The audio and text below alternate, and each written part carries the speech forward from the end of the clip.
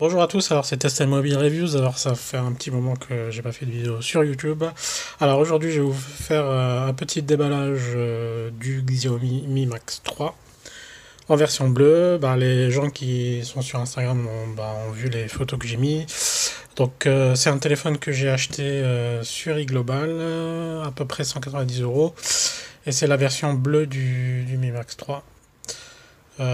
Du coup, dans la boutique Xiaomi, il est en rupture de stock, un petit peu en rupture de stock partout. Donc, j'ai regardé sur iGlobal, il reste plus que la version bleue. La version noire aussi, chez eux, est en rupture de stock. Donc voilà. Donc on va pas trop s'attarder là-dessus. Donc on va faire le tour de la boîte. Bon, Mi Max. Là, derrière Mi Max 3. Donc alors vous avez quelques petites annotations. 6,9 pouces, grand écran, grosse batterie de 5500 mAh. Et vous avez entendu, 5500 mAh, avec un double caméra 12 plus 5, avec un Snapdragon 636. Donc il est double SIM, carte SD. Et donc là c'est la version Mi Max Blue, 4 Go de RAM, 64 Go de ROM. Donc voilà. On va faire le déballage. Essayez de ne pas faire tomber le téléphone. Donc voilà la bête. Donc on va faire le tour du propriétaire, enfin on va faire le tour de la boîte vite fait, pas trop s'attarder dessus. Donc là vous avez des petites annotations, enfin des petits trucs de garantie, etc. que personne ne lit. Là voilà, c'était le petit protège qui était sur l'écran. Et vous avez le petit picot, et puis là on vous explique comment ouvrir le logement carte SIM. Donc vous avez une carte SIM ou soit la micro SD ou deux cartes SIM. Vous pouvez pas mettre les trois à la fois. Donc voilà. Dans la boîte, on a le câble USB type C, le chargeur US, comme il vient de Chine. Donc voilà. Alors, je sais pas si on va voir. Voilà, petites annotations. C'est un 5 volts 2,5 ampères. Ok, charge rapide. Et voilà au niveau de la boîte. Pas d'écouteurs. Normal, il vient de Chine. Donc voilà, version Blue. Donc on va faire le tour du téléphone. Alors 12 plus 5, si je ne m'abuse, si je ne me trompe pas. Lecteur d'empreinte. Là vous avez les petites bandes en plastique pour laisser passer les ondes. Donc c'est pas comme le Xiaomi Redmi Note 5 où vous avez deux bandes en plastique, en haut et en bas. Donc celui-là c'est du même style que le Mi A1 que j'avais présenté sur ma chaîne. Donc là vous avez le bouton volume plus moins, le bouton on off. En bas vous avez juste une grille qui fait office de haut-parleur là. Et USB type C, là c'est juste un style. Et là, vous avez le logement carte SIM. Je sais pas si vous allez le voir. Bon, c'est pas très important si vous le voyez pas. Bon, c'est pas grave. Donc, comme je vous ai dit, une carte micro SD ou une micro SD et la carte SIM ou deux cartes SIM.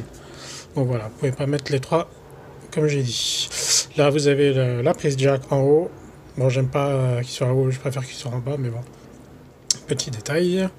Et là, vous avez le petit truc infrarouge pour piloter votre téléviseur. Donc, je vais pas faire un test complet du téléphone parce que c'est exactement un Redmi Note 5 en version max. Alors, on va passer sur les points positifs et négatifs de ce téléphone et puis après je vais couper la vidéo. Donc, les points positifs, alors c'est l'écran, l'autonomie, le son aussi. J'avais oublié le son. Vous avez un son stéréo en fait, un son qui passe là et qui passe ici. Là, comme je l'ai dit, c'est juste un effet de stylistique. Je sais pas si ça se dit. Donc voilà. Donc l'écran en fait, comme j'ai dit, c'est un 6,9 pouces en Full HD plus. Donc très très bien calibré. Qu'est-ce que j'ai noté? Enfin, rien de spécial. Peut-être au soleil. Quand il y a beaucoup de soleil, des fois on voit pas très bien en fait sur une vidéo ou quoi au niveau des reflets et tout. Je pense que c'est pas l'écran mais plus la dalle en fait qui brille un peu en fait au niveau du soleil. Et donc la visibilité, c'est un peu voilà. Je vais vous montrer une vidéo avec le son. Et puis vous allez voir. Rasmus, regarde-moi. Regarde-moi. Donc grand écran, ça, franchement c'est pas mal hein, pour regarder des vidéos Netflix ou quoi. Donc là vous avez vu c'est The Rain, c'est une série sur Netflix que je vous conseille hein, si vous voulez regarder, pas mal. Donc voilà. Sinon au niveau de l'autonomie, comme je vous dis, la batterie de 5500 mAh, je vais y arriver. Je tiens quand je fais un petit test comme ça, je tiens à peu près 10 heures en 4G. Mais en Wi-Fi, voilà. J'ai pas testé en Wi-Fi, mais c'est plus que 10 heures. Donc c'est voilà. Donc voilà. Sinon processeur au niveau il tourne bien, pas de chauffe au niveau des jeux et tout. Donc j'ai testé, ça chauffe pas, ça rame pas de souci. La ROM est très bien gérée. Il n'y a pas de souci de ce côté-là.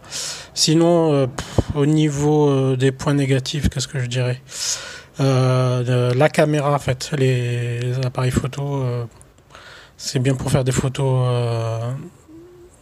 vite fait de vacances et des trucs pour poster sur les réseaux sociaux, sinon pas plus. Hein.